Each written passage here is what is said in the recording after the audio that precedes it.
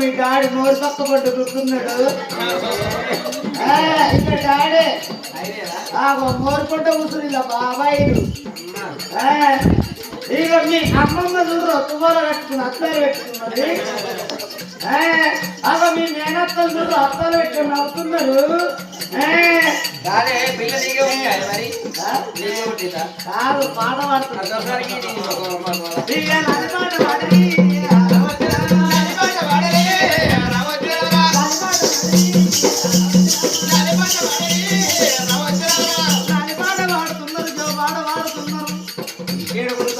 ఏమనుకున్నారు ఒకసారికి ఇస్తే సక్రంగా చదువుతున్నారే అమ్మా